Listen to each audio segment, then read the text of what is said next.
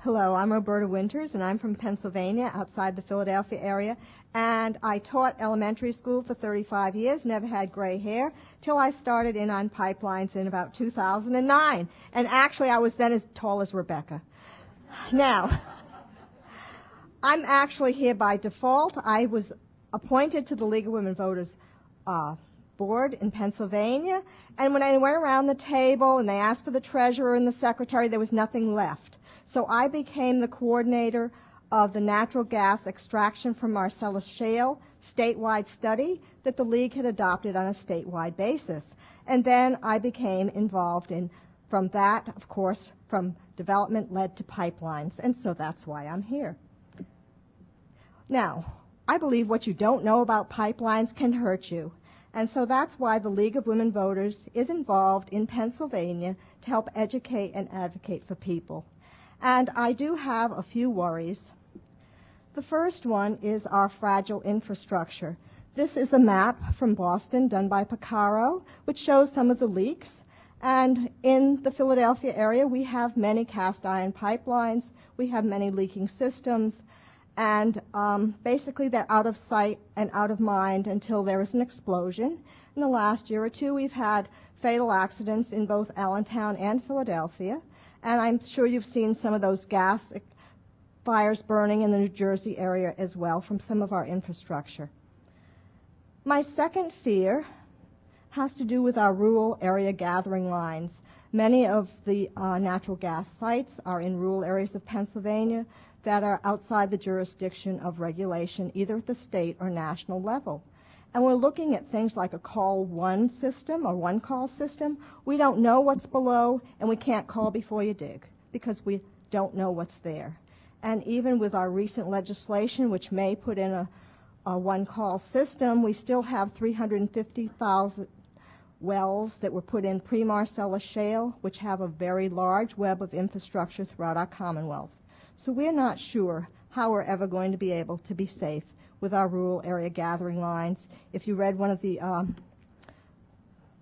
Pipeline Safety Trust newsletters, you can understand when we had a compression explosion in a rural Class 1 area, we didn't know who was responsible, who was going to inspect, and it's very problematic for people who live there.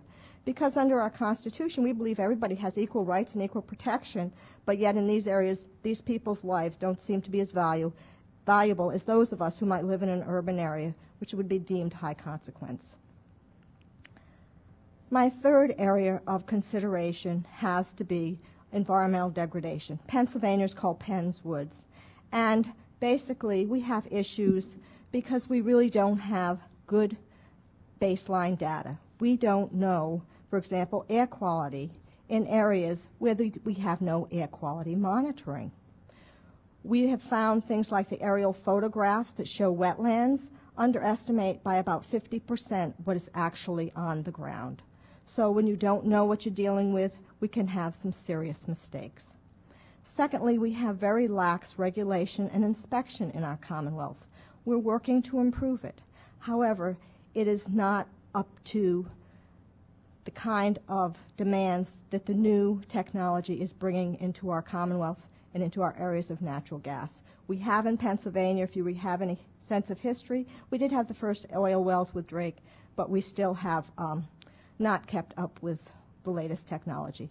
Our enforcement and penalty processes are also very weak, and fees and fines are inadequate to promote a change in behavior.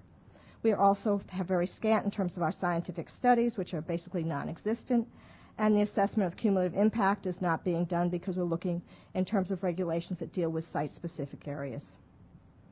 So I'm working with the League. We have a series of recommendations. We have done studies. We have done positions, and we advocate. We're looking for improved coordination. You've heard some of those issues across the states as we've talked about things like Texas Railroad, not telling people what's happening. We need to have comprehensive and standardized inspections across the board, which I'm sure PHMSA is working at, as well as our state regulators.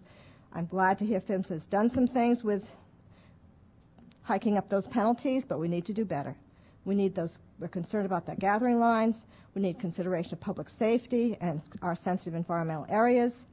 We need greater transparency. Anybody who's ever worked with the League person knows transparency is our middle name. And we also need, as Ben has spoken and many of others, to insulate the regulatory agencies from the political influence and other considerations provided by the industry to reduce the potential of ethical concerns. That's a serious matter, and we're working throughout the states to do that. So, the League of Women Voters, we're here, open to men and women. Thank you.